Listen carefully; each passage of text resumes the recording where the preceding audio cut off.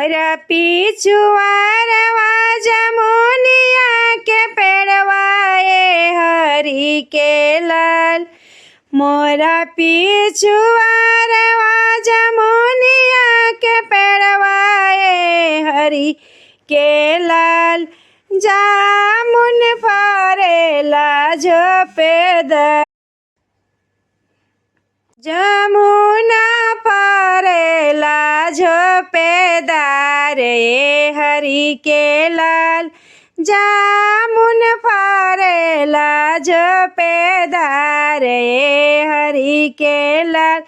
जामुना मतोड़ी तोड़ी भरल चंगेलिया हरि के लाल।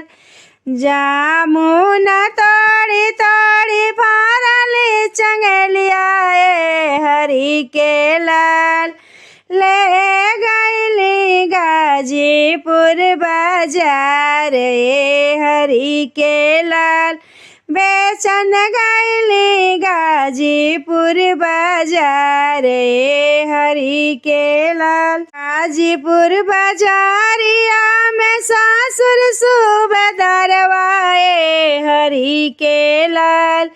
गाजीपुर बाजारिया में भासुर सूबेदारवाए हरि के लाल। जामुन मांगे ले उधार हरि के लाल। जामुन मांगे ले उधार हरि के लाल। एक मन करेला जमुनिया खींच के मारिए हरि के लाल। नइखे भइले बहानी हमारे हरि के लाल। एक मन करेला तजुइया खींच के मारिए हरि के लाल। एको पैसा बनी ना भइल बा हमारे हरि के लाल। बहानी ना भइल बा हमारे हरि के लाल।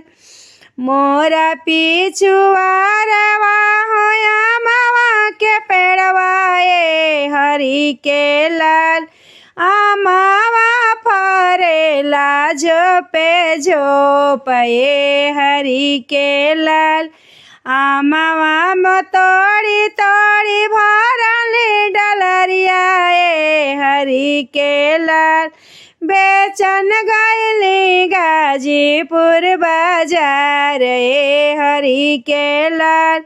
बेचन गईली गाजीपुर बाजार हरि के लाल। गाजीपुर बाजारिया में देवर सूबेदारवाए हरि के लाल। आमावा जे मांगे ले उधार हरि के लाल। एक मन करेला जुलुफिया खींच के मारिए हरि के लाल। बहानी ना भइल बा हमारे हरि के लाल। बहानी ना भइल बा हमारे हरि के लाल।